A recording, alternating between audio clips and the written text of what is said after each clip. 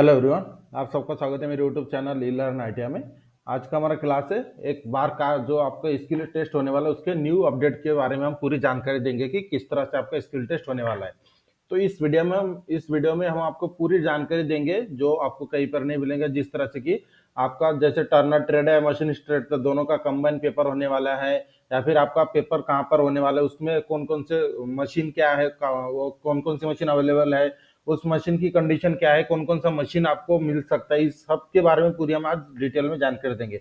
और बहुत सारी चीज हम आपको वीडियो के बीच में या फिर अंत में हम बताएंगे कि जिसमें डिटेल वगैरह पूरा सब हम डिटेल में जानकारी देंगे। और जो जॉब है, जॉब को किस तरह से करना है आपको, या फिर कौन कौन से प्रैक्टिकल आपको आ सकती है, इसके बारे में हम पूरी डिटेल में जानकारी देंगे। तो स्टार्ट करते हैं आज का जो हमारा क्लास है BARC skill test question paper 2024 में। इसके बारे में हम पूरे डिटेल में जानकारी लेंगे। तो स्टार्ट करते हैं आज का हमारा जो क्लास है। और जो भी आप नए मेरे चैनल पे है तो अगर मेरे चैनल को सब्सक्राइब करके बेल आइकन को दबाना ना भूलें। इसी तरह की न्यू अपडेट के लिए हम आपको टाइम टाइम पे अपडेट देते रहेंगे। स्टार्ट करते हैं आज का हमारा क्लास।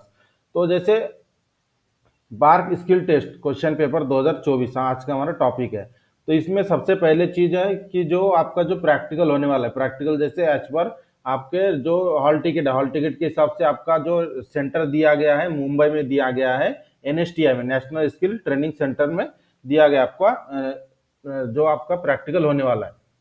उसके बाद जब आप प्रैक्टिकल करने जाओगे तो सबसे इंपॉर्टेंट होती है कि आपका जो आप जो मशीन में काम करने वाले हैं वो मशीन किस तरह से हो, किस तरह की कंडीशन की है यहाँ पर। क्योंकि अगर आप कहीं पे भी अभी जो स्किल टेस्ट की जो तैयारी कर रहे हैं, अगर कहीं पे आप तैयारी कर रहे हैं तो बहुत सही तैयारी कर रहे हैं। क्योंकि जो भी मैंने जानकारी प्राप्त की है पूरी आपको डिटेल में नहीं बता सकता, क्योंकि हमें भी कुछ छुपा कर रखना होता है। आपको समझना ही, हम बताएंगे पूरे, लेकिन आपको सिर्फ बीच में समझ लेना है। जैसे कि फॉर एग्जांपल मशीन कौन कौन सी है वहां पर, या फिर मशीन आपको कौन सी मिल सकती है, या फिर जो और भी डिटेल में हम थोड़ा सामने बताएंगे, एक बार में पूरा हम रिवील नहीं कर सकते। तो सबसे पहले चीज आपको क्या करना है, जैसे सबसे पहले एक डाउट हम क्लियर कर देते हैं। जैसे आपकी हॉल टिकट में दिया गया है टर्नर और मशीनिस्ट, इस तरह से दिया है टर्नर स्लैश मशीनिस्ट। तो जो स्किल टेस्ट है तो उसमें हम आपको पूरे के पूरे 90% गारंटी दे सकते हैं कि आपका जो पेपर है लेथ मशीन का ही रहेगा। मशीनिस्ट वालों के लिए मैं बोल रहा हूँ कि आपका जो लेथ में आपका जो प्रैक्टिकल स्किल टेस्ट होने वाला है तो आप मान के चलिए कि आपका स्किल टेस्ट लेथ मशीन पर ही होने वाला है। तो आप और तो उसमें थोड़ा ये भी आप ध्यान में रखें कि मैं ही बोल रहा हूँ, इसलिए आप सिर्फ लेथ मशीन के ऊपर की प्रैक्टिस ना करें, क्योंकि आपका जो प्रॉपर ट्रेड है वो ज्यादातर मिलिंग मशीन के ऊपर काम किया जाता है। थोड़ा थोड़ा जो भी मैं बात करता हूँ, लेकिन बीच में आपको थोड़ा समझ लेना है, क्योंकि कुछ कुछ चीजें डायरेक्टली हम शेयर नहीं कर सकते, तो इनडायरेक्टली आपको समझ लेना है। तो इसमें हर बहुत सारे चीज छुपाए होंगे, तो उसमें आप थोड़ा ध्यान दीजिएगा जो भी मैं बोल रहा हूँ उसके तरफ, जो भी मेरे वीडियो को देख रहे हैं। तो सबसे पहले चीज कि टर्नर और मशीनिस्ट, ये चीज मैंने आपको बता दी है कि टर्नर और मशीनिस्ट लास्ट में जो दिया था, तो इन दोनों का टर्नर का तो 100% है, लेथ मशीन के ऊपर ही होगा। और मशीनिस्ट का जो मैंने अभी बताया उसके तरफ थोड़ा ध्यान रखिए। उसके बाद आता है आपका पेपर। पेपर का टाइमिंग होता है 3 घंटा। 3 घंटे में आपको 100 मार्क का पेपर होता है। रिटर्न वर्क इसमें नहीं होता है, ये बात सबसे पहले आप क्लियर कर लीजिए अपने मन से। इसमें रिटर्न वर्क आपका नहीं होता है। जैसे बाकी जब हमें आईटीआई के प्रैक्टिकल वगैरह एग्जाम दिए है तो उसमें रिटर्न वर्क होता है 30 मार्क का, तो इसमें आपका रिटर्न वर्क नहीं होने वाला है। उसके बाद आपको सिर्फ एक जॉब का डायग्राम दिया जाएगा। उसके बाद आपको रॉ मटेरियल दिया जाएगा एज पर जो साइज है, साइज के हिसाब से आपका रॉ मटेरियल पहले से ही कटा हुआ मिलता है। तो रॉ मटेरियल के बारे में भी हम बीच में बताएंगे, सिर्फ आपको थोड़ा ध्यान में रखिएगा कि रॉ मटेरियल का साइज वगैरह जो भी है चीज हम बीच बीच में बताते रहेंगे, सिर्फ आप थोड़ा ध्यान दीजिएगा उसमें। तो जो एज पर जैसे आपका सबसे पहले एक चीज आता है कि जैसे जॉब, जब आपको जॉब दिया जाता है उस समय आपको क्या करना है, थोड़ा थोड़ा एकदम आपको हम प्रैक्टिकली समझाते हैं कि क्योंकि जो आप जो बार्क स्किल टेस्ट एग्जाम दे रहे हैं, इसके पहले मैंने भी स्टेट लेवल स्किल कंपटीशन तक भी मैं जाके आया हूँ। तो थोड़ा आप ध्यान में रखना है कि आपको क्या करना है प्रैक्टिकल करते समय।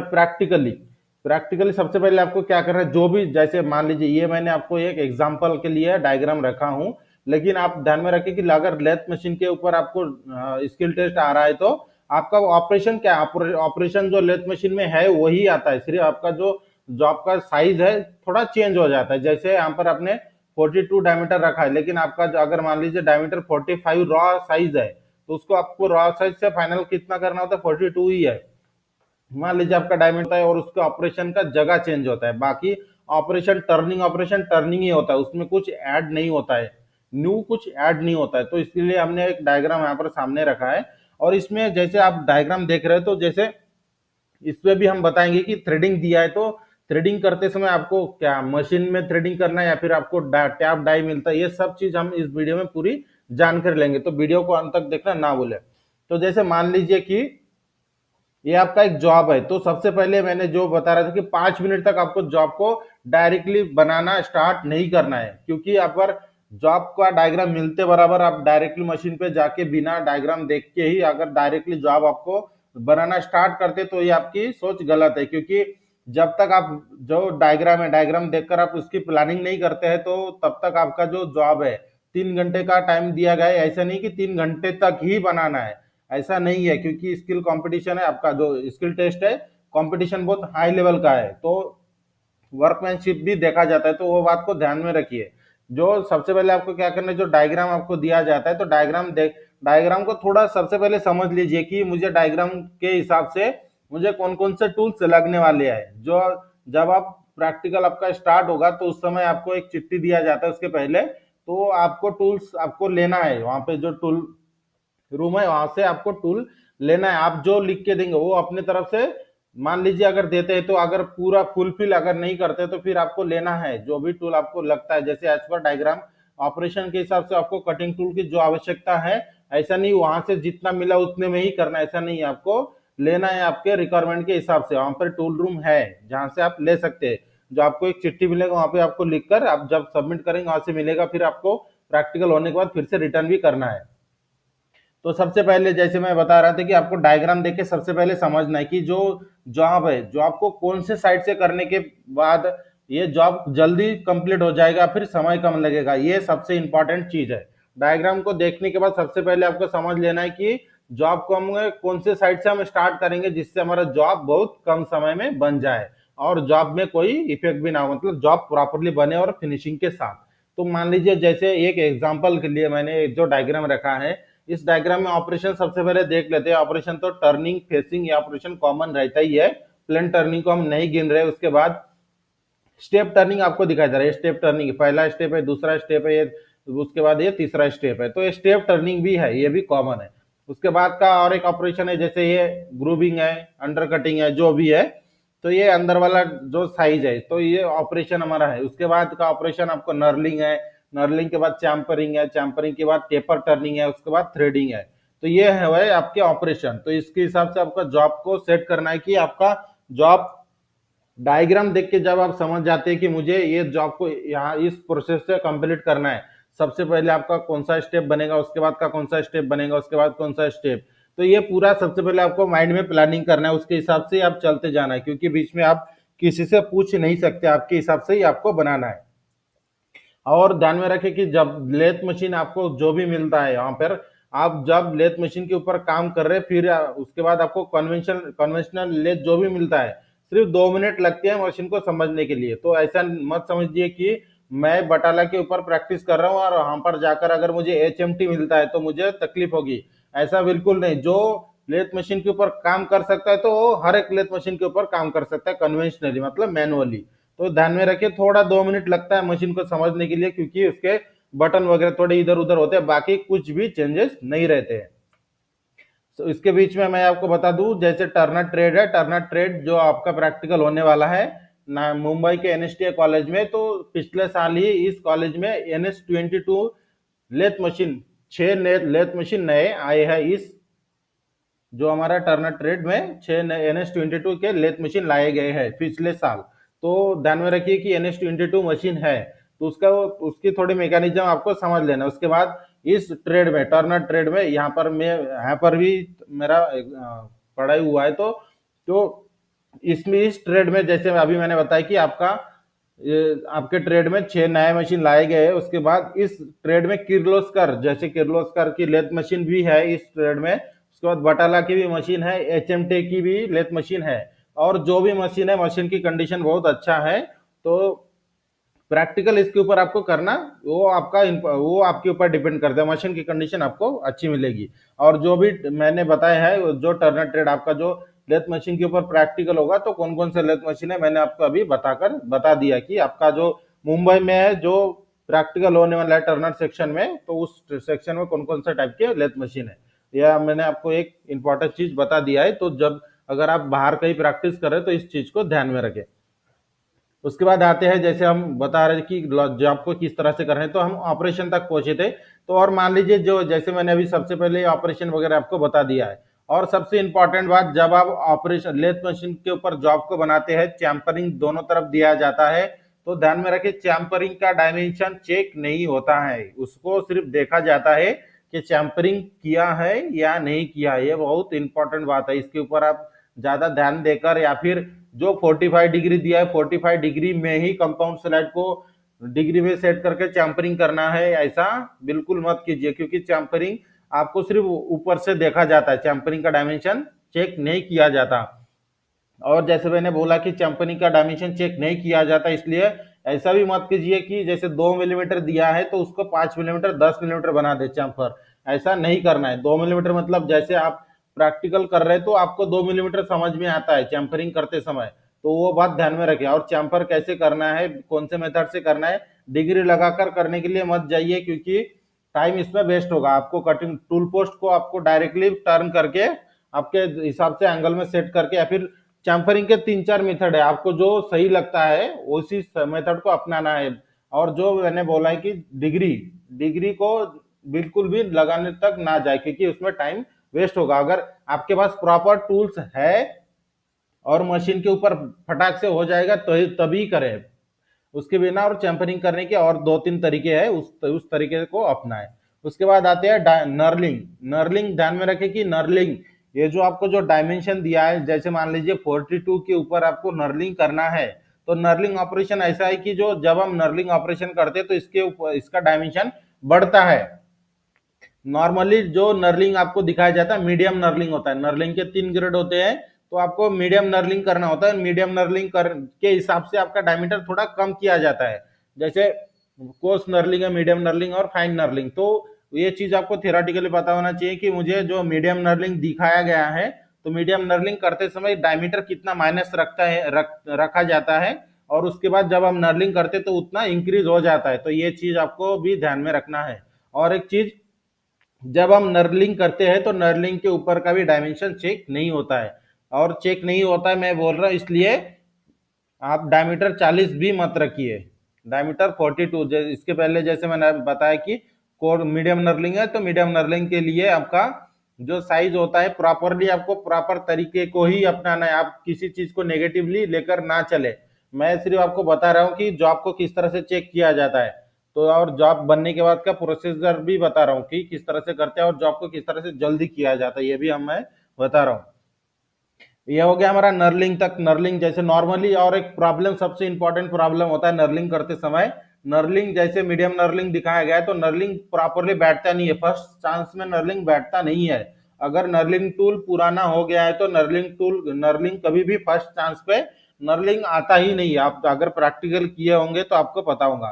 तो उस समय आपको क्या करना है, हल्का आपको राइट साइड में मशीन के ऊपर राइट खड़े होने के बाद राइट साइड की तरफ नर्लिंग टूल को एंगल में थोड़ा सेट करना है, उसके बाद आपको नर्लिंग करना, फटाक से आपका नर्लिंग आ जाएगा। ये चीज आपको ध्यान में रखें। पूरे ऑपरेशन के बारे में हम पूरे डिटेल में आज जानकारी देंगे, तो वीडियो थोड़ा बड़ा हो सकता है, थोड़ा अंत तक वीडियो को देखना ना भूले, और पूरा प्रॉपरली आपको बताएंगे कि किस तरह से शॉर्टकट में किया जाता है। टेपर टर्निंग आपको दिखाया गया है, लेकिन टेपर का कैलकुलेट करने के लिए एंगल आपके पास लॉक टेबल नहीं दिया जाएगा, तो इसका भी हम सोल्यूशन नीचे है हमारे पास। शॉर्टकट में किस तरह से विदाउट लॉक टेबल के टेपर एंगल निकाला जाता है वो भी हम बताएंगे। जैसे उसके बाद ऑपरेशन है थ्रेडिंग। थ्रेडिंग में यहाँ पर आपका पिच दिखाया नहीं गया है, तो पिच को भी किस तरह से एकदम 1 मिनट में निकाला जाता है पिच कैलकुलेट, वो भी हमने सॉल्यूशन नीचे रखी है, तो आप वीडियो को कंटिन्यू में चालू रखें। जैसे हमने नर्लिंग कर लिया है, नर्लिंग करने के बाद जी आपको अंडर कटिंग या फिर ग्रूविंग दिखाई दे रहा है, ये जो थ्रेडिंग के बाद होता है अंडर कटिंग, उसके बाद ये जो पीछे है इसे ग्रूविंग कहते हैं। तो मान लीजिए ये 5 मिलीमीटर दिया है, 5 मिलीमीटर दिया है, तो आपको पार्टिंग टूल आपको 5 मिलीमीटर का ही मिलेगा, इसकी कोई भी 0% गारंटी है। या फिर ऐसा भी हो सकता है पार्टिंग टूल आपको बनाने की आवश्यकता भी पड़ सकता है अगर ऐसा ऑपरेशन है और ऐसा ग्रूविंग है। जैसे मान लीजिए, जैसे हमने सबसे पहले स्टार्टिंग किए थे ऑपरेशन के ऊपर से, तो ऑपरेशन बेसिक ही ऑपरेशन आपको दिया जाएगा, क्योंकि 3 घंटे के अंदर आप ज्यादा से ज्यादा ऑपरेशन नहीं कर सकते, बेसिक ऑपरेशन भी दिया जाता है। और जैसे जॉब का डायमीटर, जैसे रॉ मटेरियल साइज है 36, 45, 50 मिलीमीटर, तो इसके हिसाब से आपको समझ लेना है कि आपका प्रैक्टिकल किस तरह से आ सकता है, फिर कौन कौन से ऑपरेशन आ सकते हैं। जैसे कोई भी प्रैक्टिकल हम करते हैं तो जो प्रैक्टिकल करते समय जो सही प्रोसेस है उसी को ही अपनाइए। जैसे ये वाला जॉब है, इस जॉब को करते समय सबसे पहले आपको क्या करना है, ये जो बड़ा डायमीटर है नर्लिंग वाला, इस साइड से स्टार्ट करना है सबसे पहले। ये सबसे पहले आपको क्या करना है, फेसिंग कर लेना है। रॉ मटेरियल कभी भी 5 मिलीमीटर प्लस में रहता है लेंथ में, और डायमीटर में भी प्लस रहता है, तो लेंथ में सबसे पहले 2 मिलीमीटर की फेसिंग करके इस साइड को आपको सबसे पहले बना लेना है। जैसे 42 डायमीटर आपको बनाना है डायमीटर नर्लिंग के साथ, तो उसके समय क्या करना है, सबसे पहले प्लेन टर्निंग कर लेना है। फेसिंग के बाद प्लेन टर्निंग करके आपको नर्लिंग करना है। नर्लिंग करने के बाद आपको चैम्परिंग करना है। ध्यान में रखिए, स्टेप बाय स्टेप प्रोसेस आपको फॉलो करना है। ये पीछे वाला भाग बनने के बाद आपको जॉब को पलटा देना है। जॉब को पलटा कर फिर आपका पूरा स्टेप बनेगा। जॉब को पलटाने के बाद सबसे बड़ा डायमीटर आपका कौन सा दिखाई देता है, 36, तो पूरा स्टेप टर्निंग करके आपको सबसे पहले क्या कर लेना है, 36 डायमीटर को बना लेना है। उसके बाद का स्टेप आता है, आप ये वाला जो अंडर कटिंग दिखाया गया है या फिर ग्रूविंग, इसको आपको परफॉर्म करना है। इसको परफॉर्म करते समय ये भी साथ में कर लेना, क्योंकि सेम कटिंग टूल से आप दोनों ऑपरेशन कर सकते हैं। कटिंग टूल को बार बार चेंज करने की जरूरत नहीं है। इसमें भी आपको थोड़ा टाइम मैनेजमेंट करना पड़ेगा, कि जैसे दोनों ऑपरेशन अगर सेम टूल से हो रहा है तो हम एक ही टूल से एट ए टाइम दोनों ऑपरेशन कर लेंगे। सिर्फ इसमें डायमेंशन का थोड़ा ध्यान रखें कि कितने लंबाई के बाद हमें कौन सा ऑपरेशन करना है। तो जैसे हमने अंडर कटिंग ये फिर ग्रूविंग कर लिया, उसके बाद का स्टेप आता है आपका, जैसे हमने 36 सबसे इसके बाद बना लिया था, उसके बाद आपको टेपर टर्निंग करना है। तो टेपर टर्निंग का कैलकुलेशन हम नीचे दिखाएंगे। तो सबसे पहले आपको जॉब का प्रोसेस आपको समझा देते हैं, उसके बाद आते हैं हम आपके सॉल्यूशन के बाद ऊपर। ध्यान में रखें, हम पूरे डिटेल में जानकारी देंगे। तो जो टेपर टर्निंग हमने करना है, टेपर टर्निंग करते समय कभी भी जितने डिग्री आपका निकलता है, जो मैं प्रोसेस आपको बता रहा हूं उसके हिसाब से अगर आप कैलकुलेट करेंगे, तो जो जितना एंगल आपका निकलेगा उतना ही एंगल आपको कंपाउंड रेस्ट में सेट करना है। बाकी कैसे जो डिग्री निकलता है उसका वो उसका हाफ आपको सेट करना होता है। लेकिन मैं जो फॉर्मूला बताऊंगा 1 मिनट में एंगल निकल जाएगा विदाउट लॉक टेबल के, और उस जितना एंगल आएगा उतना ही एंगल आपको डायरेक्टली सेट करके टेपर टर्निंग करना है। ये टेपर टर्निंग होने के बाद डायमेंशन आपको ये चेक करना है। डायमेंशन चेक होता है टेपर की, ध्यान में रखें। इसके पहले जैसे मैंने बताया था कुछ डायमेंशन चेक नहीं होता है, लेकिन ये जो डायमेंशन आपको दिया गया ये डायमेंशन चेक होता है। उसके बाद आपका आता है थ्रेडिंग। थ्रेडिंग करते समय और एक चीज आपको इंपॉर्टेंट चीज बता देता हूं, कि जैसे आपका थ्रेडिंग स्टैंडर्ड थ्रेड होता है, मतलब कोई भी कौन सा भी साइज उठाकर दे दिया जाएगा ऐसा नहीं है। आपके टाइम कम है तो जैसे M20 दिया है तो आपको डाई दिया जा सकता है। थ्रेडिंग करने के लिए आपको डाइंग करना, डाई के सहायता से आप स्टैंडर्ड थ्रेडिंग कर सकते हैं, मतलब वहां पर आपको डाई के सहायता से भी थ्रेडिंग करना पड़ सकता है। तो लेथ मशीन के ऊपर डाई को किस तरह से 90 डिग्री में सेट करना होता है उसकी भी आप प्रैक्टिस कर ले। या फिर अगर मान लीजिए डायमीटर आपका रॉ मटेरियल साइज 50 है और उसके ऊपर अंदर इंटरनल थ्रेड दिया जाता है अगर स्टैंडर्ड, तो उस समय टैप से आपको थ्रेडिंग करना है। तो टैप को भी किस तरह से लेथ मशीन के ऊपर 90 डिग्री में प्रॉपर सेट किया जाता है उसके भी आप प्रैक्टिस कर ले। तो ये हो गया हमारा ऑपरेशन। इसके बाद आता है, जैसे मैंने अभी बताया था, ये जो हमारा टेपर टर्निंग और थ्रेडिंग का जो भी पिच वगैरह जैसे कैलकुलेट करते हैं इसके बारे में हम थोड़ा नीचे डिटेल से जानकारी देते हैं। और दूसरी बात ध्यान में रखिए, जो भी आपका मार्क है, जितने भी मार्क का पेपर होता है आपका, और उसके बाद जो आपका डायमेंशन होते हैं, डायमेंशन ऑपरेशन, इसके ऊपर ही आपका मार्क डिवाइडेड हो जाता है। जैसे मान लीजिए टोटल लेंथ के ऊपर 100 में से 10 मार्क दे दिए, फिनिशिंग के ऊपर 5 मार्क दे दिए, नर्लिंग के ऊपर 5 मार्क दे दिए, टेपर टर्निंग के ऊपर 10 मार्क दे दिए, थ्रेडिंग के ऊपर 10 मार्क दे दिए। उस इसी तरह से आपका मार्क डिवाइडेशन होता है। जब आपका जॉब इवेल्यूशन होता है जॉब का, तो इस तरह से सबसे पहले आपका ऑपरेशन या फिर डायमेंशन के हिसाब से मार्क को डिवाइड करते हैं। उसके बाद आपका जॉब चेक होता है। जॉब चेक होने के बाद आपको क्या किया जाता है, जैसे जो टॉलरेंस दिया जाता है नीचे, जो टॉलरेंस के अंदर अगर कोई भी डायमेंशन बना है तो आपको आउट ऑफ मार्क दिया जाता है। मतलब मान लीजिए फॉर एग्जांपल के लिए डायमीटर 36 है और 36 डायमीटर के ऊपर अगर 10 मार्क दिया है, और आपका जो आपका डायमीटर 36 बन गया तो 100% आपका 10 में से 10 मिल जाता है। उसके बाद आपका जो टॉलरेंस है प्लस माइनस 0.02 0.01 जो भी एग्जांपल में आपको जो दिया गया होगा वो उसको आपको फॉलो करना है।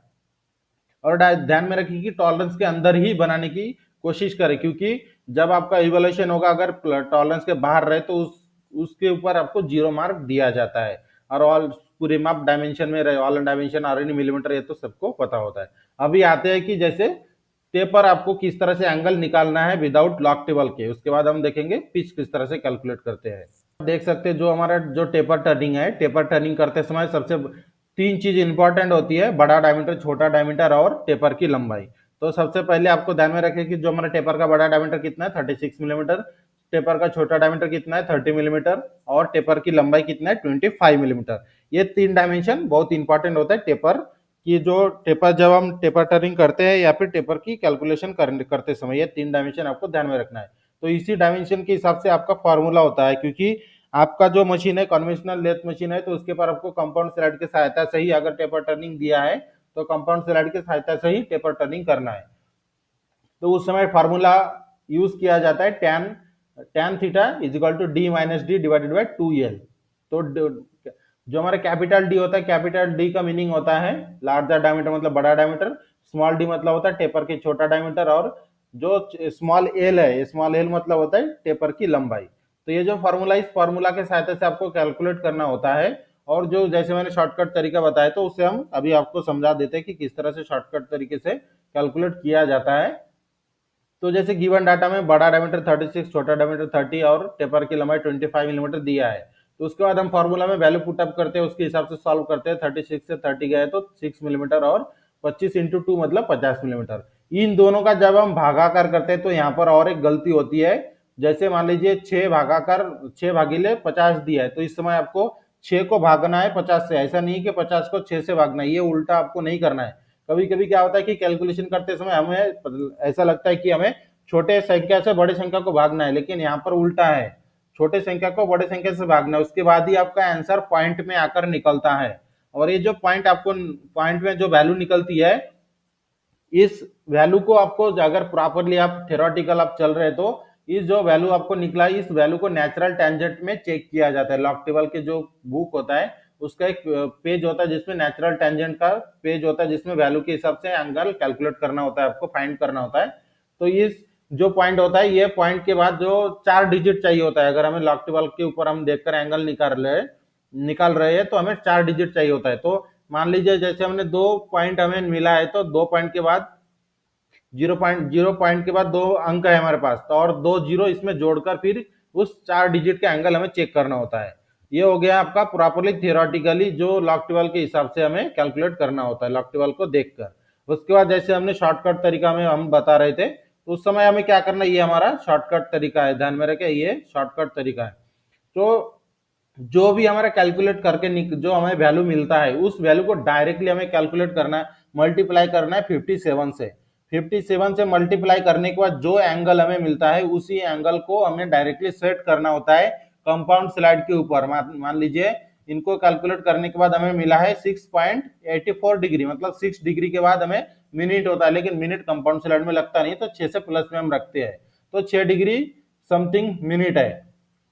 कैलकुलेट करने के बाद अगर मिनट 60 के ऊपर जाता है, मतलब जैसे 60 सेकंड का 1 मिनट होता है, मतलब 60 डिग्री यहाँ पे कितना आप डिग्री अगर कैलकुलेट करें तो 60 मिनट का 1 डिग्री होता है, तो यहाँ पर से 84 दिया है, तो इसको आपको फिर से मिनट में कन्वर्ट करना होता है। तो ये भी हमने बताया कि किस तरह से कैलकुलेट करते हैं इसका मिनट में। तो उस समय आपको सिंपली करना क्या होता है, जो डिग्री के बाद पॉइंट में वैल्यू निकला है उसे डायरेक्टली मल्टीप्लाई करना है 60 से, क्योंकि 60 डिग्री का 1 मिनट होता है, 60 मिनट का 1 डिग्री होता है इसलिए, और डिवाइडेड बाय 100 करना है। इससे डायरेक्टली आपका मिनट मिल जाता है आपको। यहाँ पर जैसे हम दोनों इनका कैलकुलेट करने के बाद हमें मिल जाता है 50 मिनट मिल जाता है। तो हमारा प्रॉपर टोटल डिग्री कितना था 6 डिग्री, और मिनट हमने कैलकुलेट करने के बाद हमें कितना मिल गया 50 मिनट। मतलब ये जो हमें साइज दिया गया इसका कैलकुलेट करने के बाद 6 डिग्री 50 मिनट हमें मिलता है।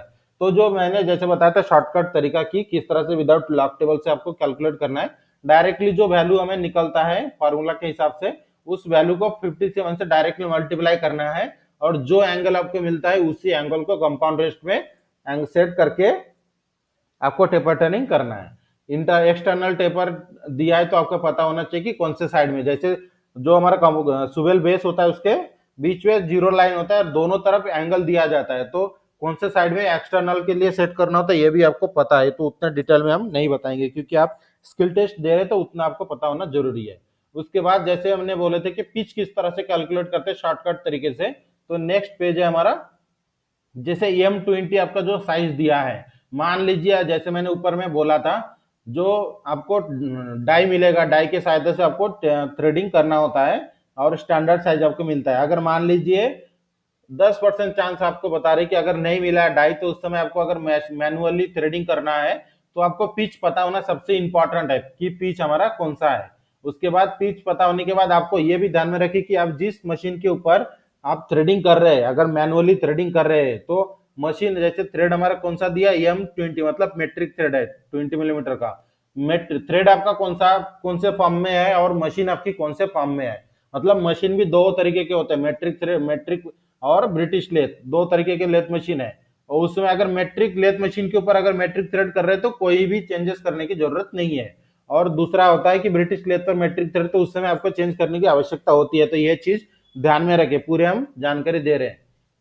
उस तरह से मान लीजिए आपके ऊपर जो M20 दिया है, अगर आपको पिच पता नहीं है तो किस तरह से कैलकुलेट करना है, तो इसके लिए सिंपल सा आपको तरीका, आपको क्या करना है, जो साइज हमारा दिया जाता है M20, ये XYZ जो साइज M के साइड में होता है वही मेजर डायमीटर होता है हमारा थ्रेडिंग का। तो आपको पिच कैलकुलेट करना है, तो पिच आपको कैलकुलेट किस तरह से करना है, मेन डायमीटर मतलब मेजर डायमीटर आपका जो होता है, जो एम के साइड में जो एम के बाद साइड में जो आपका अंक होता है वो हमारा होता है मेजर डायमीटर। तो मेजर डायमीटर +5 करना है। और जो हमारा आंसर निकलता है, आंसर निकलने के बाद एक राइट साइड से एक डिजिट के बाद आपको पॉइंट देना है। तो किस तरह से यहाँ पर मान लीजिए जैसे मैंने बताया मेजर डायमीटर हमारा 20 है, +5 करना है। +5 करने के बाद हमारा आंसर कितना निकलता है 25। और उसके बाद मैंने क्या कहा था कि जो पीछे से वो राइट साइड से एक डिजिट के बाद आपको क्या देना, पॉइंट देना है। तो इस तरह से पॉइंट देना है, तो हमारा आंसर कितना निकल जाता है 2.5। और M20 का पिच होता है स्टैंडर्ड साइज, स्टैंडर्ड पिच होता है 2.5। तो इस तरह से आपको सिंपली एकदम 1 मिनट में भी लगता नहीं है कि आपको डायरेक्टली आप मनी मन में कैलकुलेट कर सकते हैं। 20+5 मतलब 25 और एक डिजिट के बाद आपको पॉइंट देना मतलब 2.5। इस तरह से पिच आपको कैलकुलेट करना होता है। तो जैसे आज की वीडियो में हम बताने वाले थे कि कौन कौन सा लेथ मशीन आपके जो एग्जाम होने वाला है मुंबई के नेशनल NSTI में, तो कौन कौन से लेथ मशीन अवेलेबल है जैसे मैंने बता दिया। जैसे आपको कौन कौन सा क्या करना है, जो आप ऑपरेशन कर रहे हैं या फिर जो जॉब आप बना रहे हैं तो उस समय आपको क्या प्रोसेस फॉलो करना है, ये भी हमने आपको इंपॉर्टेंट चीज बता दिया है। उसके बाद आपका जो टर्नर मशीनिस्ट कंबाइन होने वाला है फिर अलग, ये भी हमने बता दिया आपको। उसके बाद प्रोसेस करते समय कौन सा डायमेंशन चेक किया जाता है, कौन सा डायमेंशन को किस तरह से करना है, किस तरह से कर रहे तो आप जल्दी हो जाएगा, ये भी हमने आपको बता दिया है। और ध्यान में रखिए जो जो आपको जो स्टेप वाइज आपको जैसे मैंने बताया है उसी तरह से करेंगे तो आपका जॉब जल्दी हो जाएगा। और डायमेंशन की तरफ बिल्कुल भी एकदम ध्यान में रखकर ही डायमेंशन को बनाएं। तो आज के वीडियो को हम यहाँ तक ही रखते हैं। और कुछ अपडेट हमें जो अगर मिलता है, जब भी जैसे हम भी रिसर्च करते रहते हैं कि किस तरह से क्या है, तो अगर हमें कुछ मिलता है तो हम फिर से और एक वीडियो बनाकर और पूरी डिटेल में जानकारी देंगे। और इसके बारे में अगर कुछ आपको पूछना है तो जैसे वीडियो के डिस्क्रिप्शन में व्हाट्सएप ग्रुप का लिंक दिया है, उसमें आप ज्वाइन करके मुझे मैसेज कर सकते हैं, हम आपको पूरी जानकारी देंगे, पूरी डिटेल में जानकारी देंगे। मिलते हैं अगले एक इंपॉर्टेंट क्लास के साथ। और वीडियो अच्छी लगे तो हमारे चैनल को सब्सक्राइब और लाइक और शेयर करना ना भूलें।